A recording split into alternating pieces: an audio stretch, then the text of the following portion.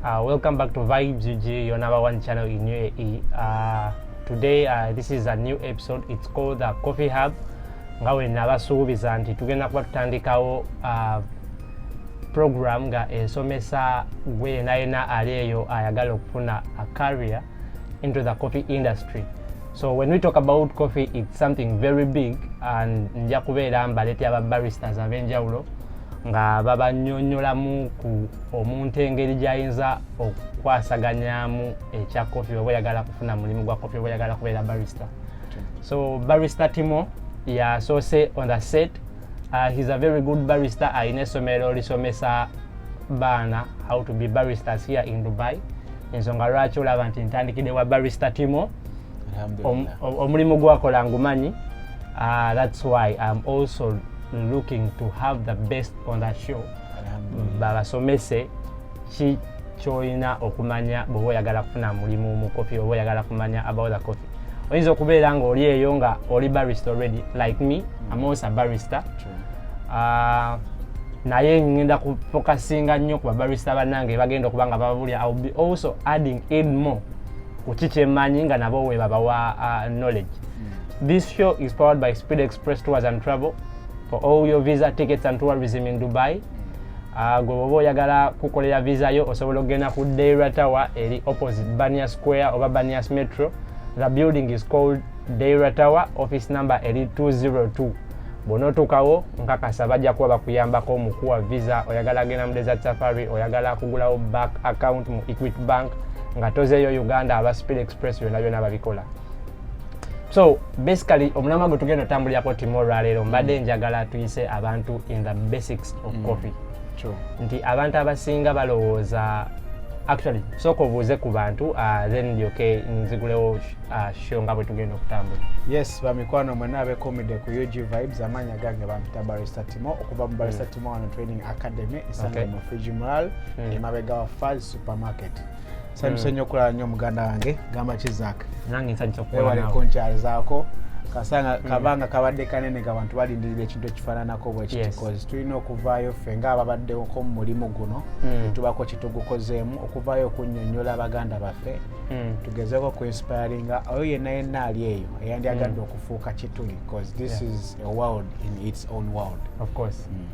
Okay, so gwe yenna ali okulaba this show. First of all, abantu abasinga Timo balina conception balowooza nti coffee is about the latte art they see ng'omuntu akubye akamuli ku coffee, which is not the reality.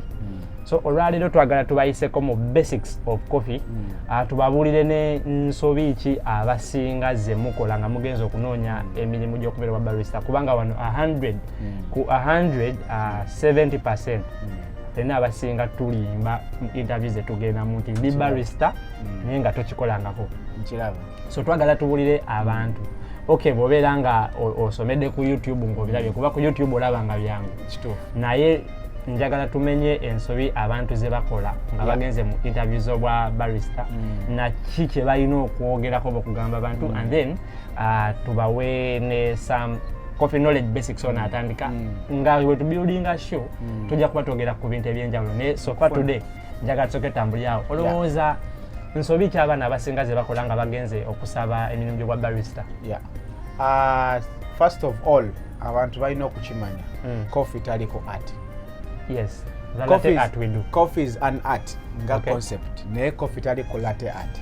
Okay, this is just kino naye kiringa concept eri mu kifaananyi ekinene ekya coffee because coffee nga coffee eringa nsi yayo. Coffee is science, is art and science. Yes. Je tuze tugenda kati fe abali mu coffee tukimanyi tulina ne processes nga ze anaerobic zitandise okuvaayo tulabira ate nga science ayingidde nnyo mu mulimu gwaffe naye to appreciating a science ate appreciating ati coffee kintu kinene. Wano ojja mu ssomero okusoma kati zaaka nga gwoba nganze tufuna kitwa basic training. Yes. Mu basic training kitegeeza ofuna omusingi oba foundation kwogenda okuzimbira ekintu ekinene.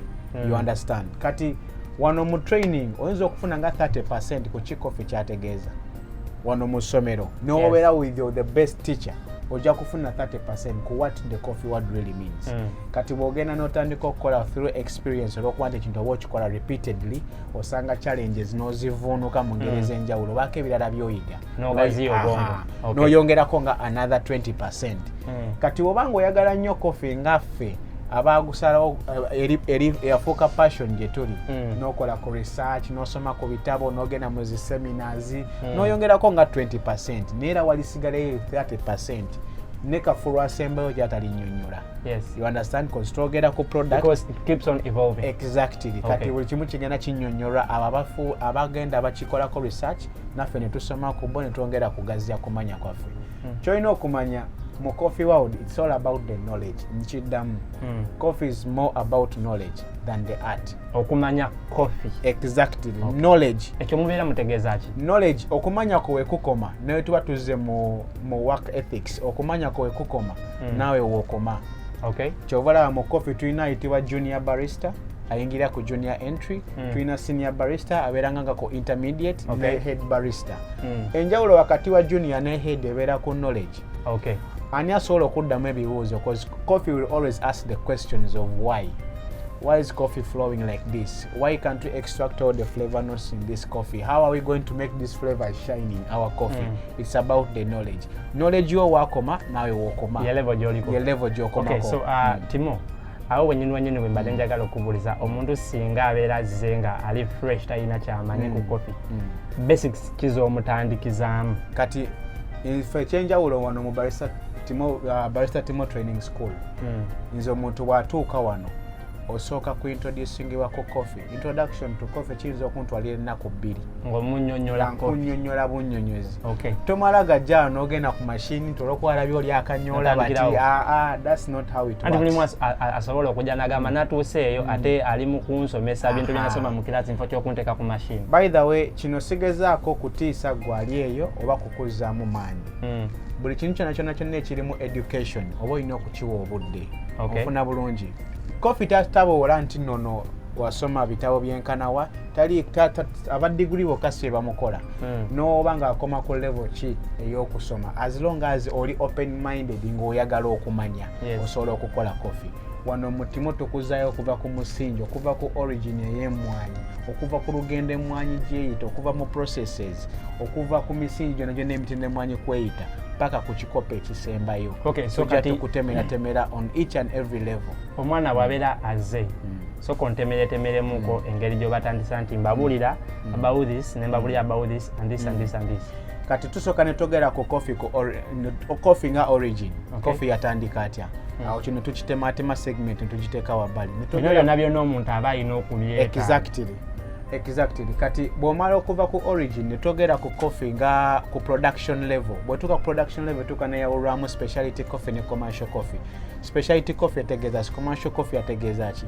Specialty coffee omuntu akugamba nti this is where we use high quality graded beans ranging from the highest quality okubeera ku chain of supply. Tulina okwongera chain of supply etemwatemu etya okubeera ku mmwanyi, ku balimi, ku harvesting, processing. Twogera kuba Q graders abazi grading, twogera kuba buyers, kuba roasters, kuba barista paka ku customer akola ki asembayo. Ku buli mutendera kwonna emmwanyi kweyita erina okuba nga handlingidwa in the best professional way possible. Now oli kwogera ku specialty. Exactly. Kati lwansonga concept yaffe ng'aba Timo Barista School tuli nnyo mu specialty coffee. What difference ki eri between specialty coffee ne commercial coffee? Kubanga omuntu ali eyo atamanyi ye alaba coffee shops.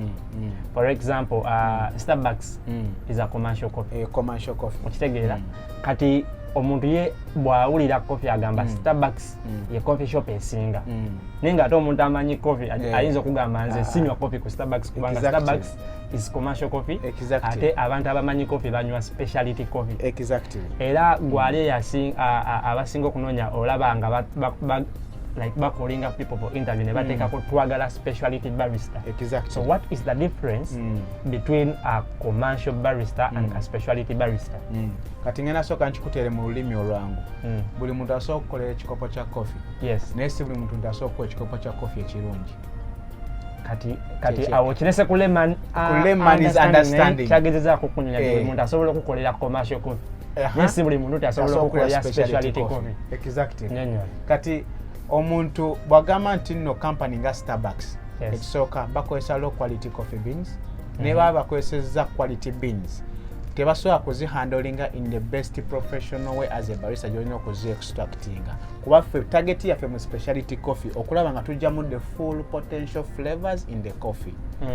Abantu abasinga balina mindset elowooza nti omuntu akola manual brewing abeera specialty, which is true.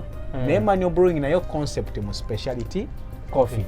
Omuntu kiva ku ngeri gy'ohandlingamu coffee.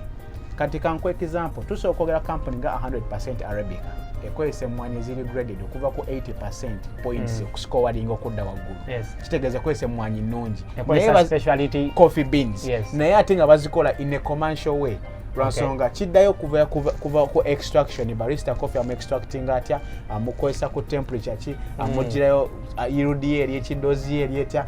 How am I going to make my flavors shine in my coffee? This is the difference in between the specialty and commercial way of making coffee. Chidi kungeri gy'okolamu coffee. Ne mu specialty coffee shop kati nga nze gye mbadde nkolera cafe rider bwe tukugamba tukola coffee ne tukulaba ng'omujabula jabula tugamba ssebo ate otandise bikola ngeri ya commercial kitegeeza tekiri ku kifo tekiri ku kizimbe tekiri ku ki wabula kiri kunge how you make your coffee. Buli muntu asobola okukolera coffee but not everyone can give you a good cup of coffee. Okay, so in the market we have right now, do you think omuntu alina kubeera nga agwa muki in terms of commercial especially kati nga bwe tuli wano olowooza omuntu alina kufokasinga ku kyo okubeera nti oli barista asobola okubeera graded? Kati omuntu manyi kati ekirungi kya beauty eri mu mulimu guno we twatandikira kiki ekyamaanyi kiri mu barista. Barista gwe mulimu oguli professional gwosobola okukola mu nsi yonna Zaaka. Ne bw'ozuuka leero nga tomanyi ng'egyo otuuse Canada osooka kunoonya wali coffee shop because you're going to be using the same tools ne wolisanga mashini ng'eri eriko amayembe erisigala yembe. Can take you just a day. Exactly. So guno mulimu guli professional. So that's why people pay all these lots of money okusobola okwengaginga okuyingira industry eno lwansonga okukola ekintu ky'okukola for the lifetime. Ate nga mulimu growth kuba obeera okula on different levels. Kati kyolina okumanya buli muntu yanjagadde kubeera ku kisinga. Specialty coffee kitegeeza coffee omumanyi nnyo nti osobola okumugyamu kyonna kyonna ekitaagisibwa okuvaamu. Naye mu commercial coffee oba omanyi okukola coffee. That's the difference. Okay, nze nina kuba kati ku mulimu we batusomesa. Olia in most cases abantu abakola commercial coffee kyakomako kakukolera coffee n'amukuwa, which everybody can do. Omuntu ng'akola specialty coffee, it goes beyond explaining the cup of coffee you've given me to take. For example, nti nyinza okwe-extractingira let's say a V60. Mutusonyiwe tugenze deep mangu naye tugenda kudda ku basics ziri ze twayogeddeko. Omuntu ayinza okwe-extractingira V60 oba espresso ngeyo n'agikuwa. You being able to determine the cup of coffee you've given me, nomanya what flavor notes are in this cup that I've extracted. Egenda kubeera ewoometa what aromas are in this cup. That makes you a specialty barista coffee. So this takes us kuno kyabadde akugamba nti the knowledge you have determines the level you're going to be at. Exactly. Kati gwe omwana ali eyo ojja kujja ng'oyagala bakuyise mu just kola latte art bakwanguye yanguye ogende osabe omulimu oyinza okutukayo omusajja n'akubuza okay kubanga bitandikira mu interview. Exactly. Nga tebanna ojja kuba wa mukisa nnyo oli okujja okuteeka ku kyuma ate yasobola okuteeka ku kyuma era n'akuzaayo mu interview. Kati Zack mbayindagala ndaga abantu on set ndagala mbalage ekintu kino.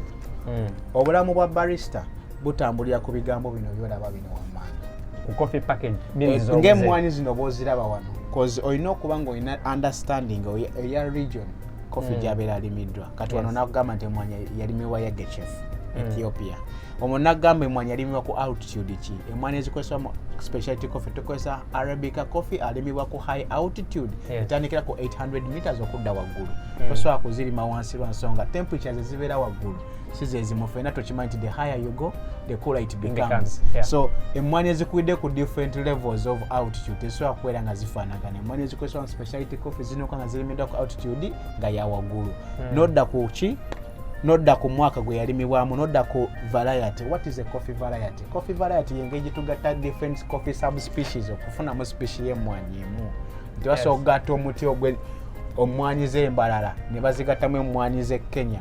Bakwata emiti gino ne bagigatta ne bagi cross breeding ne bakolamu variety y'omuti ogwo omuti gumu. Kati waliwo laboratories eziri mu East Africa ziri Kenya bazita Scott laboratories ezisinga ofulumya varieties ez'emmwanyi nnyingi. Eyo tetujja kugendayo nnyo. Processing emmwanyi za processing wa watya emmwanyi zo extracting what's the process kuba buli process ekuwa kiki kyogenda exactly kidetermininga kiki kyogenda okujjamu muki mu mmwanyi. So obulamu bwa barista buli ku more of the knowledge.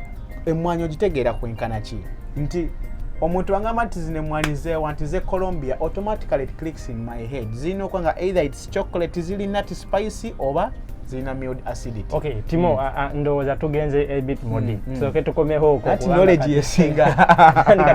Like tuwa pampinze kumukumu and babuze shenkakasa like the freshers. Okay. Kati njaga tusoke tude ku basics. Omuntu yena ina nga tunagenda mbya specialty commercial because as we go there will be differentiating commercial yes. Then we will go so much into this the process of coffee harvesting coffee fermentation byonna njagala osoke tunyonyola abantu omuntu biki byalina okuhavinga in mind. Let's say ogenze for one interview for example njagala onyonyola bino ebintu nti omuntu kati nga bonojja kukyuma njagamba what are the parameters of coffee that you need to know the yield, the time, the temperature and everything of extracting the coffee. Biki omuntu byalina basics zalina okutandika nazo ng'ayagala okubroadeninga his knowledge about coffee zotandika nazo. Kati ekisookera ddala wena ali eyo ba wonna wosomera wonna woliwo omuntu akuyambako big up fenna abali mulimu guno abagezaako okuyambako abantu okulaba nga tubayingiza industry. Ekintu ekitandikibwako ddala coffee atandika na espresso. Okay. Coffee atandika n'emmwanyi ng'emmwanyi. Omuntu alina okusooka okugamba emmwanyi kyeki. Eno emmwanyi nga bw'ogiraba erina layers ez'enjawulo. Nti osooka n'ovaako cherries, n'oddako pulp, n'oddako mucilage, parchment, silver skin, bean, center cut. Nomanya nti emmwanyi gitegedde. Kati emmwanyi omala okugitegeera n'odda ku ki tutandise okugi-extractinga. Tugi-extractinga mba njogera ku machine. Kuba brewing tuba tuli mu manual brewing ebisigadde. Extraction coffee atandika na espresso. What are the espresso parameters? Kiki by'olina okumanya ng'oli ku extracting espresso. Coffee nga tonnamukolamu cappuccino, latte, cortado, piccolo, twala tugende. Olina okubanga espresso mulungi. Yes. How am I going to get a good espresso? Which is okay. What is a good espresso? A good espresso is a balanced coffee. It has to be balanced in terms of what outudako parameters. No matter I know kubanga ina acidity, alina body, alina sweetness, I know kubanga ina creamer, ina aromas. Ofuna bulungi. Kati how do we get a good espresso? This is where we dive into the calibration. Kati tukamu calibration tutunulira ki? Tutunulira grams, tutunulira output, tutunulira time. You understand? Calibration is something big sagala mchifokasile kuna kubona abimanyi chobola bali kupi kunyonyola watu. Exactly. Calibration will be a topic of its own. Kati awo kyembangeza kulaga nti how I get my good espresso ye calibration. Choino okusooka okuteeka mbute what is a good espresso? A balanced coffee. It has to be balanced in terms of ABCD. Wowe omanyi kyonoonya kati ng'otandika okunoonya engeri gy'ojjo kifunamu. Engeri gy'ojjo kifunamu kye tuyita calibration, which is not easy. Ne mu class ebiseera ebisinga nkisomesa junior baristas abasinga temukola calibration. Naye this is the knowledge omuntu gy'alina okubeera nayo. Like mu interview basobola kikubuuza what are the parameters? Olina okuba nga you can explain. Olina okuba nga ng'ozimanyi n'obanga tosobola kukikola. Exactly. Ate nga kirungi cause omuntu olaba kalizaka nze nnamu obuzibu wano nti nsomesa wano abaana naye olusimba wa too much information gye bateetaaga kumanya. Kye nagambye nti ze passion yange ennene nti wentandika okwogera coffee manjagala njogera ebintu bingi. Exactly. Kati abaana oluusi batuuka ku interviews nga oli amubuuza ebibuuzo n'atuuka n'amubuuza nga bwe kyamubuuza alaba akiddamu. Kati bwatuuka ku practical work ate nga mulaba akyalinamu abulamu confidence naye nga knowledge ogirina kati muli abeera yeebuuza ono omwana ebintu byamanyi yabijjawa. This is the challenge.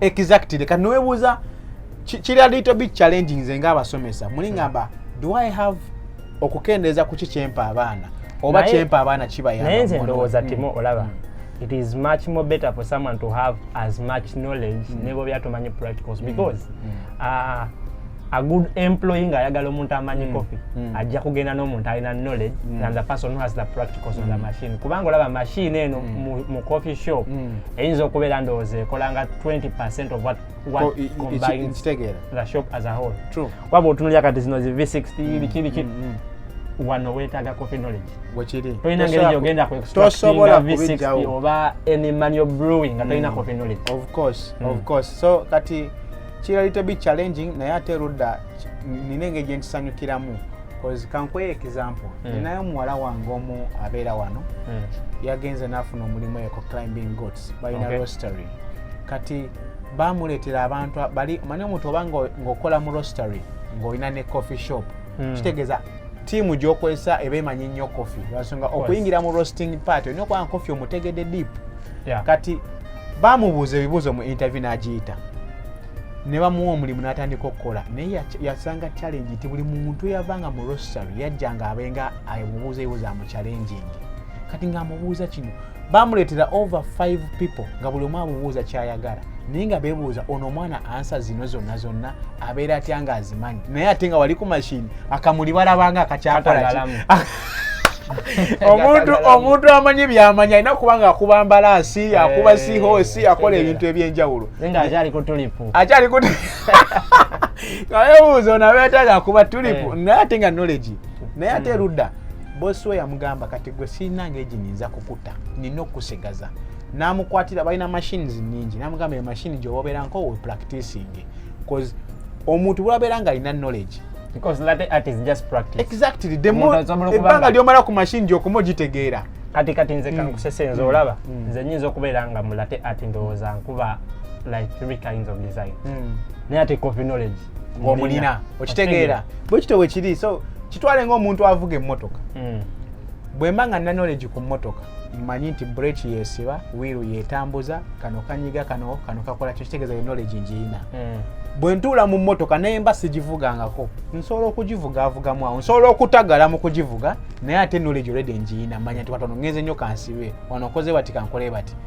kati bwe nkifuulamu experience ntuuka ekiseera nga emmotoka njivugisa omukono gumu that's what we call latte art nti otandika otagala n'ojja tuuka ekiseera nga you can shine baje yo ku basics walize betaaga so kati ku basics nga ina kugamba tutandika ne espresso ono notegera espresso chechi espresso mulungi yabeera atya tumufuna batya ye calibration eyo level ebeera ko ndalamoko ne this is the knowledge joino okuva wo musomesa wongo kola ki ngokimanyi kati awo otandika okumanya coffee ayawulamu ebika bimeka awo nti coffee tuina coffee owo ku brewinga tuina coffee owo extractinga tuina coffee owo kuimazinga soko sembe wakati kati wano Timo watuuse bwenjagala owulirize nnyo kubanga abasinga tugenda mu interview ne bakubuuza okay what kinds of coffees can you do what types of coffees do you know netutagala mu latte notagala mu cappuccino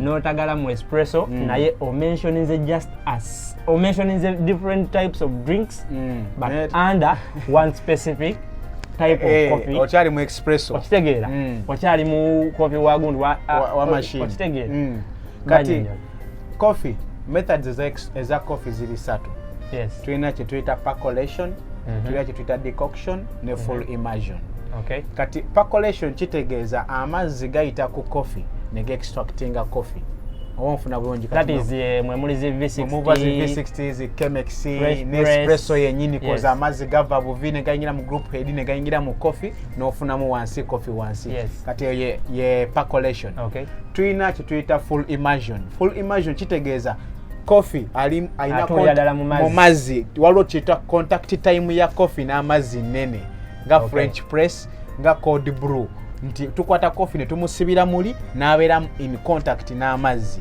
for a long period of time. That's what we call full immersion. Tuyina nekye tuyita decoction kitegeeza coffee tumuhiitinga buhiitinzi okumufuna nga wolaba siphon nti ohiitinga wansi oba Turkish coffee nga Turkish coffee webale nnyo nti flames oba heat ye burning chi coffee waffe. So zezo methods 3 eza coffee. Era omuntu akubuuza osobola okukola ebika bya coffee abanga akugamba muzine 3 kyekira kyosobola okukola. Nsobola okukola extraction wa espresso n'ebisigadde, nsobola okukola manual brewing, nsobola n'okukola ne cold brew oba n'ekintu ekisigadde. Kitegeeza awo coffee 999 obeera omumanyi. Yes. Kati okutandika okumawula mu manyali flat white cappuccino biki this is basic knowledge. Actually I would suggest to anyone nga bakubuuziza coffee kizosobola okukola. Wesonyiwe ekigambo nga espresso, wesonyiwe ekigambo nga cappuccino, wesonyiwe ekigambo nga flat white, because these are basics that they expect you to know from Noli abakimanyi nti okimanyi. Okitegeera? Ezo bakusuubira okuba nti ozimanyi bw'oba olimanyi. Yes. Try to go a little bit deep. Okitegeera? Zoogere ngono bw'azoogedde. Osobola okugamba kati nga oba immersion, nsobola okukola coffee eza immersion, ebintu ebifaananako kitegeeza coffee was almost specified. Mulimu tamu gy'oyogera n'ogamba omuntu ng'oli mu interview n'amanya nti omanyi. Gwaleesa amanyi. Okitegeeza? Takuzzaako. Oyinza kugamba nti okay mwali mukola types meka eza coffee n'omugamba okay twali tukola immersion coffee nga tulinamu cold brew nga tulinamu French press tulinamu black brew. Okitegeeza? N'omugamba twali tukola n'owa coffee ki tugeze V60 ezo okitegeera percolation method. Abakusuubira okuba nti no kyoyogerako okola kimanyi. So you need to play wise. Kyoba olaba nti coffee knowledge ono no gyayogerako ate ono byali okugamba saawa zino njagala obitwale ng'ekikulu nti bw'ona obikombayininga awamu ogenda kufuna ekintu ky'okonvinsinga omuntu kubanga ekisinga obukulu kyakuyita interview kyekisooka. Zino machine basobola ogikusomesa. Kankutereezemu awo Zaaka.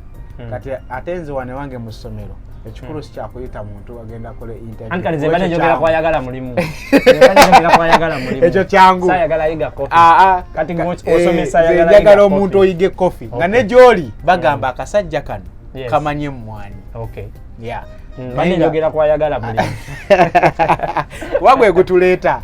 What is the bigger picture? Fena tulina tusooka kutunulira mulimu naye nga bambi njagala nnyo abantu abalina passion eya coffee. Abantu abasinga bajja mu coffee okweyalaba gundi akola obuntu n'okweyalaba nti kiyinza okukola ati naye njagala n'obeera ne love eyo.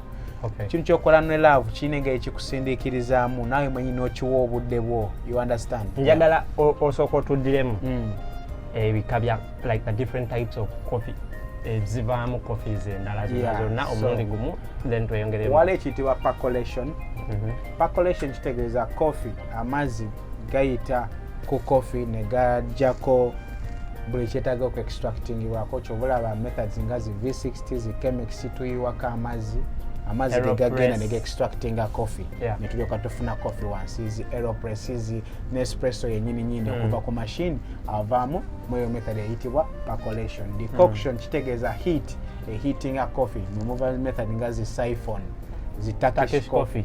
Wogenda mu zi full immersion nemuva zi methods nga zi cold brew zi French press n'ebisigadde. So eyo engeri 3 ez'okufunamu French press etwala saa meka oku extractinga coffee. Kati French press ebiseera ebisinga etwala wakati wa 2 to 3 minutes. Naye kyolina okumanya French press eyo abantu abasinga tebagiteeka mu zi cafe. Okyegendereza nti methods eza manual brewing ezisinga okubeera popular mu nsi yonna ziri 3. V60, Chemex ne aeropress. French press lwaki abantu tebagikola? French press kati wogenda mu Europe buli muntu anywa coffee alina French press ewaka. Lwansonga kukwata coffee kumuteeka mu gundi yiwamu amazzi funa akagundi nyiga. Yambala simetayi komawo nyiga teeka mu kakopo genda mu moto. Kati Zaaka twetaaga kutula mu class kunyonyola kintu kifaanana bwe kiti. Eno siphon eyo giraba. Siphon egwa under which? Egwa mu decoction. Egwa mu decoction was twetaaga heat okubaninga coffee. So siphon eyo giraba abantu abasinga tebagiteeka mu coffee shops lwansonga emu. First etwala obudde bungi. Ekirala coffee oli aba abaninze. How long does coffee take? Eyinza okutwala akati wa 5 to 6 minutes. Lwansonga olina okufumba amazzi gatuuke ku boiling point. Bwe gatuuka ku boiling point ng'olugalo kagava mu chamber esooka nga gagenda mu chamber ey'okubiri. Mu chamber ey'okubiri mw'oteekeramu coffee. Kati jjukira wansi waliyo heat yekumira amazzi waggulu. Ogateeka waggulu then ogalindamu 1 minute gekole ki dissolving mu coffee or mixing amu no galinda coffee so ajemu. Turkish coffee ali a bit easier to make than ono. That's why kati mu commercial places abasinga bamukozesa ne zino zi siphon kati amazzi agamaze okuhitinga okutuuka ku 100 degrees kitegeeza already negatuuka mu coffee gaba gabaninga flavors coffee abajja kujali a little bit burnt abamanyi coffee tebamuna siphon so chovola abantu abasinga ba focusinga nnyo ku V60 because it gives a balanced and clean coffee tuvena ku Chemex abantu abagala coffee nga tali strong onywa coffee ali light ali a little bit delicate and sweet and smooth n'abantu abagala coffee ali strong because you get full body full flavor full everything mo coffee nga Aeropress. Okay, these are the methods zesatu za coffee wano mu manual brewing ezisinga okubeera popular. Okay, so omuntu bw'aba ayagala kati katugambe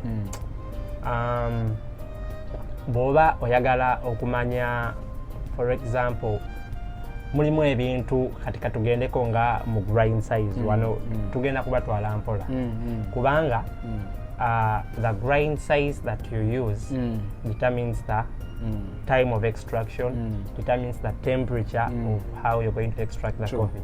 Kati amaze okubabuulira the different types of coffee varieties in terms of extraction and everything. So mbadde njagala tugendeko abantu kyaki balina considering because kati tugeza kukuwa coffee knowledge asobola okuyamba just in case obuuziddwa ekibuuzo oba oyagala to learn more about coffee. Nti grind njagala onkolera relationship eri between the grind size, the time and the temperature and the extraction time of all the various types of coffee, V60, Chemex, espresso and Aeropress zona okibanyonyola empola bagezeko kukitegeera so kati njagala waliwo tulina board oba body efuga coffee mu nsi yonna bagita SCA Specialty Coffee Association. Association zasooka kubeera bbiri. Emu yali SCAA Specialty Coffee Association of America Australia endala nga ya America mu 2017 ne beegatta ne bakola body emu kati fena yetufuga kati eyina temperatures oba eyina tugambe like parameters zesettinga negamba nti omuntu oba okola manual brewing tutambulira mu temperature etambulira kati 190 to 96 according to them.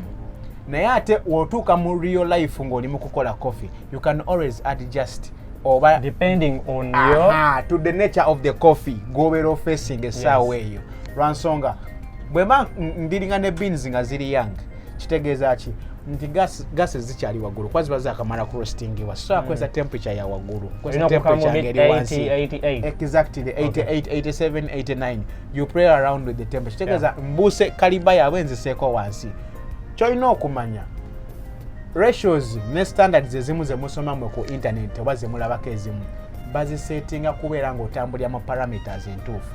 Omuntu bagamba nti extraction espresso ratio eri 1 to 2 kikyabagezako gamba neloza bali kubitegeera ebyo tino bali mu kubitegeera sirowooza kale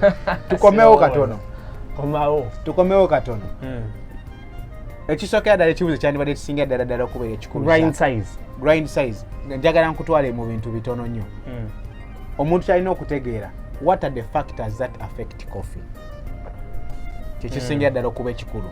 Factors ezo ziringa 8 tulina grind size tulina temperature tulina water tulina ratio tulina process tulina roast tulina age eya bean kuyinza okakulako endala ng'emu tulina ne time ofuna bulungi kati buli wengrindinga coffee kiddayo ku method kije ngenda okwesa bw'oba ogenda kukola method nga Chemex lwaki tugrindinga coffee nga ali coarse tusooke tukomewo ku common sense olupapula lwa Chemex lunene lulina thickness kitegeeza bwe nteekamu ate nempeke nga omubiri mutono amazzi tegajja kuyitamu abula kati obuzibu bw'ensanze timu nti bino abasinga kati abapya tebali kubitegeera omanyi lwaki nate noshoya abapya n'abakola kandi kati abapya tebali kubitegeera kuba omanyi lwaki kuba kati bwe twogera ku grind size kati katugambe ng'eya Chemex kigenda mbeera kizibu nnyo comprehending nti eya Chemex grind size tukozesa eno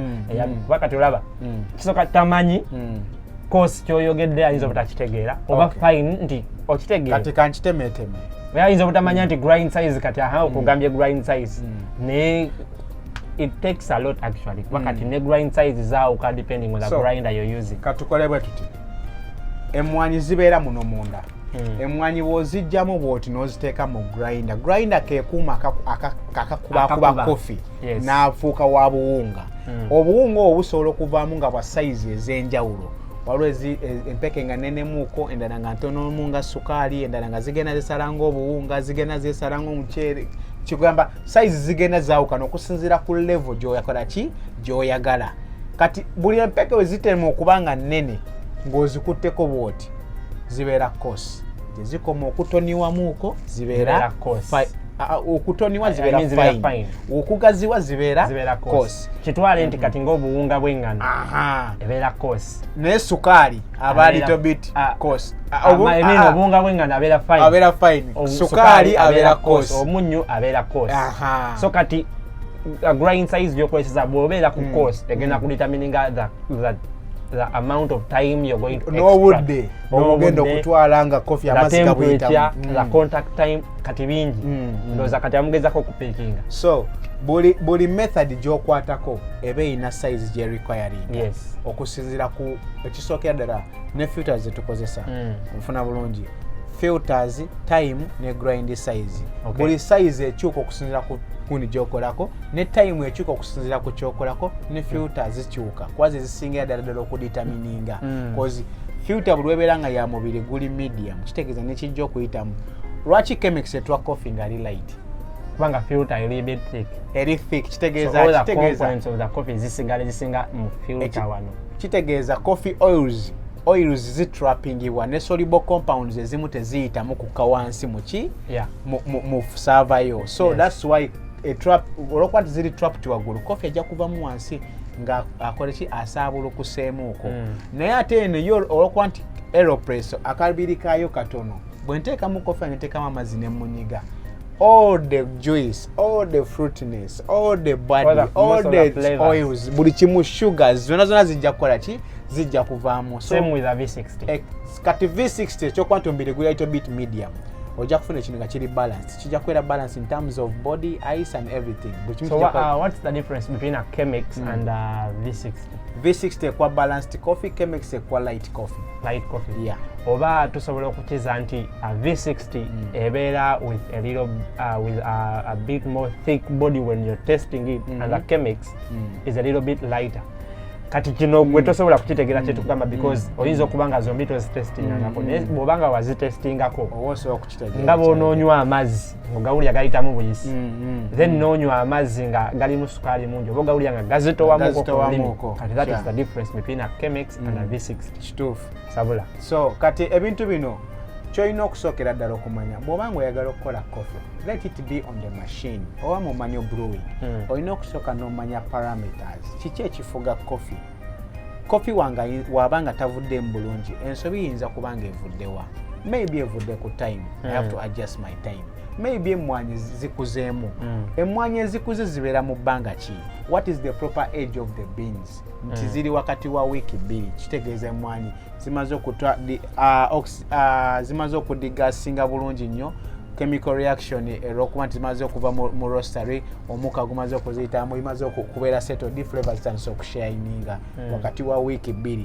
So bwe zisukawo ne ziyingira omwezi tuzibalanga emmwanyi eziba zikuze kitegeeza the beans are aged kitegeeza tosobola kudiiringa nazo ng'emmwanyi ate zewakakola ki zewakajja mu roastery nti ekyo tukivuddeko za processing bwabati ziri naturally processed ziri washed ziri honey ziri anaerobic onfuna bulungi ekyo nakyo omala okukitegeera kidetermininga kikyogenda okujja mu coffee wo onfuna bulungi za roasting bwabati ziri medium roasted ziri light ziri dark roasted kwegamba olina okusooka n'ofuna factors ezikufuga oba ezifuga coffee before nga tonakukwata coffee kutandika kumuzanyirako yensonga lwaki omuntu wa speciality coffee era obeera mu interview tunakubuuza oli wa speciality aba akubuuziza ekibuuzo kinene bw'ogamba ye be ready to answer the question. So it takes a lot kati kimo twogedde ebintu bingi nnyo omupya bimu confusing nze I think on this show ndowooza we are going to break from here but we are going to make a plan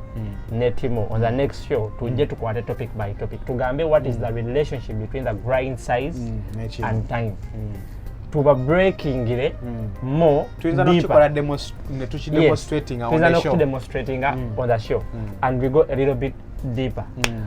Waliwo omuntu gwe ali eyo owulira oyagala kulaba nnyo kulate art Timo gwakola Timo agenda kudemonstratingiramu wano because he's a teacher era bwowulira nga biba biconfusinze nnyo ng'oli Dubai onoonya mulimu gwa babarista enamba ya Timo egenda kubeerako wansi ayina essomero ayina ebyuma byonna byonna nga mubirabye asomesa kopi jange ewa Timo asobola okuyamba so Timo agenda tudemonstratingiramuko.